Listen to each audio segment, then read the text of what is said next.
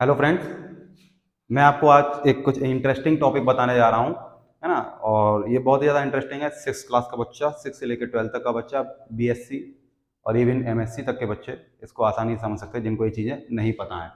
दिख भी रहा होगा आप लोगों के मैथ्स पढ़ते टाइम, मैथ्स के जीवन काल में ये दो फॉर्म ज़रूर कभी ना कभी आई होंगी, है ना। क्लास में बताया गया होगा कि हम जीरो से डिवाइड नहीं कर सकते हैं।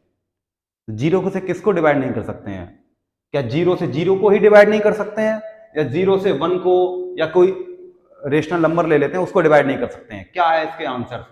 क्या जीरो से जीरो को डिवाइड कर दें और वन वन को जीरो से डिवाइड कर दें तो आंसर सेम आएगा या डिफरेंट आएगा? पहले तो ये जानना है ना। और हम जीरो से डिवाइड क्यों नहीं कर सकते हैं, ये जानना है। चलो इसका लॉजिक समझते हैं थोड़ा। लॉजिक हमारा ये है। लॉजिक हमारा क्या है? जैसे जैसे हम मान लेते हैं 12 को 4 से डिवाइड करते हैं, तो 12 को 4 से डिवाइड करने पर आंसर क्या देता है हमारा? 3। इसका सीधा सा मतलब क्या हुआ? इसका सीधा सा मतलब ये हुआ कि 3 इंटू 4 करेंगे, यानी 4 अगर 3 के पास जाएगा, है ना, क्रॉस मल्टीप्लाई समझ रहे हैं ना, 4 इंटू 3 करेंगे तो आंसर 12 आना चाहिए। आ रहा है। इस 4 का मल्टीप्लाई किसी और चीज में कर दें, 4 का मल्टीप्लाई अगर मैं 7 में कर दूं तो क्या आंसर 12 आएगा? नहीं। इसका मतलब 12/4 का एक पार्टिकुलर आंसर हमारे पास है, जो कि है 3। और वो क्यों है ऐसा? ये आंसर क्यों आ रहा है 3? ऐसा आंसर इसलिए आ रहा है 3 क्योंकि जब मैं 4 का मल्टीप्लाई इस आंसर में करूंगा तो आंसर 12 आ जाएगा। बात समझ में आ गई? ठीक। ऐसे ही हम इसको देख सकते हैं, 12/6 आएगा 2। ऐसा क्यों आएगा? क्योंकि जब मैं 6 का मल्टीप्लाई 2 में करूंगा तो आंसर 12 आ जाएगा, है ना। क्या 6 का मल्टीप्लाई किसी और में कर दूं, 6 का मल्टीप्लाई मैं 7 में कर दूं तो आंसर 12 आ जाएगा? नहीं आएगा। यानी कि इस कैलकुलेशन का, इस इवेल्युएशन का भी हमारे पास सिर्फ और सिर्फ एक ही सॉल्यूशन है। सिर्फ और सिर्फ एक सॉल्यूशन है। कोई और रखूंगा मैं 4, 5, 3 और अदर कोई भी नंबर इसके सॉल्यूशन नहीं हो सकते हैं। बात समझ में आ रही है? अच्छा, तो अगर मैं इसी इसी लॉजिक को, इसी अप्रोच को लेकर जाऊं कहां पर? 0/0 का सॉल्यूशन फाइंड आउट करने के लिए। मान लेते हैं कि मैंने 0 को 0 से डिवाइड किया और आंसर आ गया 5।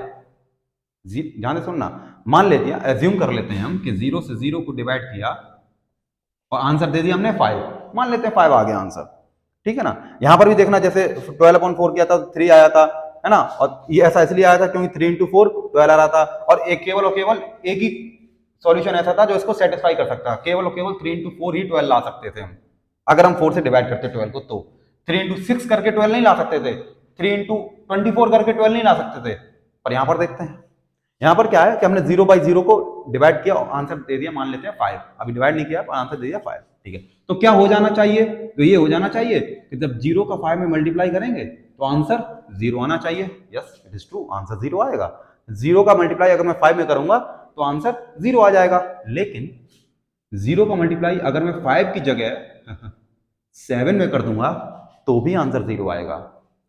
0 का मल्टीप्लाई 7 की जगह अगर मैं 99 में कर दूंगा तो भी आंसर 0 आएगा। 21.1 में कर दूंगा तो भी आंसर 0 आएगा। √3 में कर दूंगा तो भी आंसर 0 आएगा। कहने का मतलब यह है कि 0/0 का जब हम एवेल्युएशन देखते हैं, इसके आंसर चेक करते हैं, तो हमारे पास ये प्रॉब्लम नहीं है कि हमारे पास इसका आंसर नहीं है। हमारे पास प्रॉब्लम ये है कि इसके पास हमारे ये है कि हमारे पास इसके बहुत सारे आंसर्स हैं, और बहुत सारे आंसर्स हैं, इनमें से कौन सा करेक्ट है ये हमको नहीं पता। We are not determinate. हमको ये निश्चित ही नहीं है कि हम इसमें से कौन सा आंसर कलेक्ट करें, है ना। 0/10⁻23 तो भी आंसर कितना आ जाएगा? 0 आ जाएगा, है ना। नेगेटिव में अगर हम कोई नंबर ले लेते हैं तो भी आंसर 0 आ जाएगा। इसका मतलब 0/0 7 भी हो सकता है, 0/0 √3 भी हो सकता है। यानी कि 0/0 के कई आंसर हैं, जो कि यहां पर पॉसिबल नहीं था। 12/4 का केवल एक ही आंसर था, एक ही सॉल्यूशन था।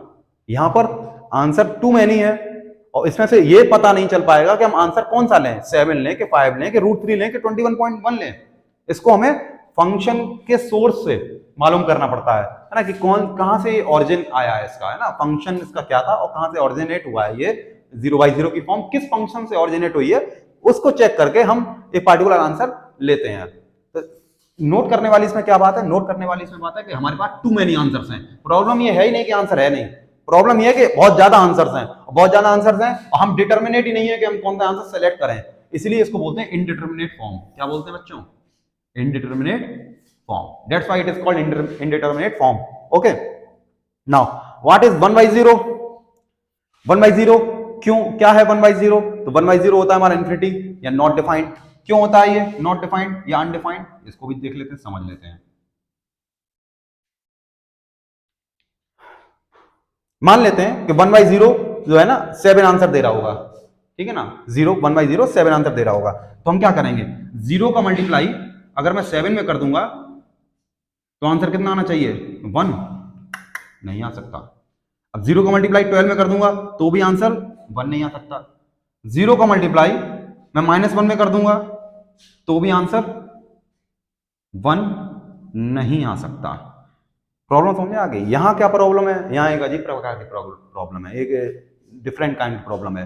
यहां आंसर बहुत ज्यादा थे, यहां एक भी आंसर नहीं है हमारे पास।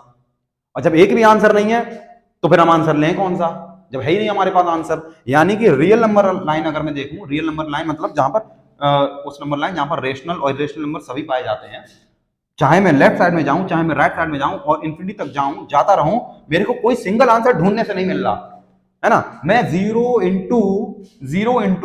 10⁻23 भी कर दूं तो भी आंसर 1 नहीं आ पाएगा।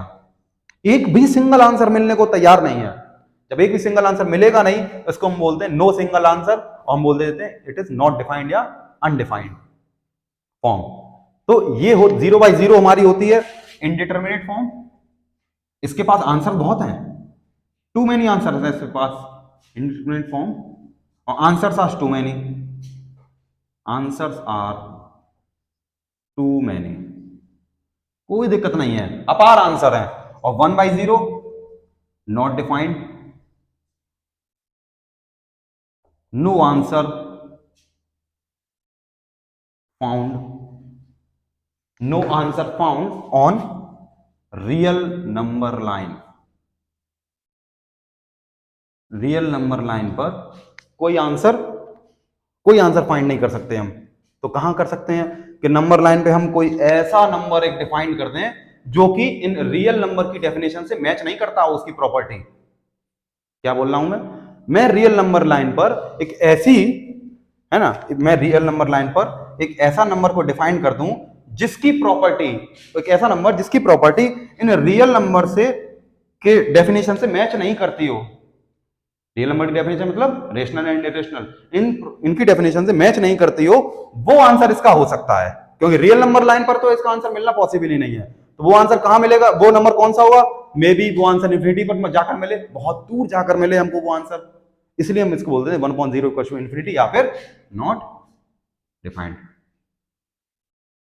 I hope you will now be able to better understand the difference between 0/0 form and 1/0 form, 1/0 form, and why we cannot divide by 0. We can divide by 0, but number should be here 0. 0 को मैं 0 से divide कर सकता हूं, 0 को 0 से divide करने पे खूब सारे आंसर ला सकता हूं, पर 1 को मैं 0 से डिवाइड नहीं कर सकता हूं क्योंकि आंसर कोई मिलने वाला नहीं है। That's it and that is the answer.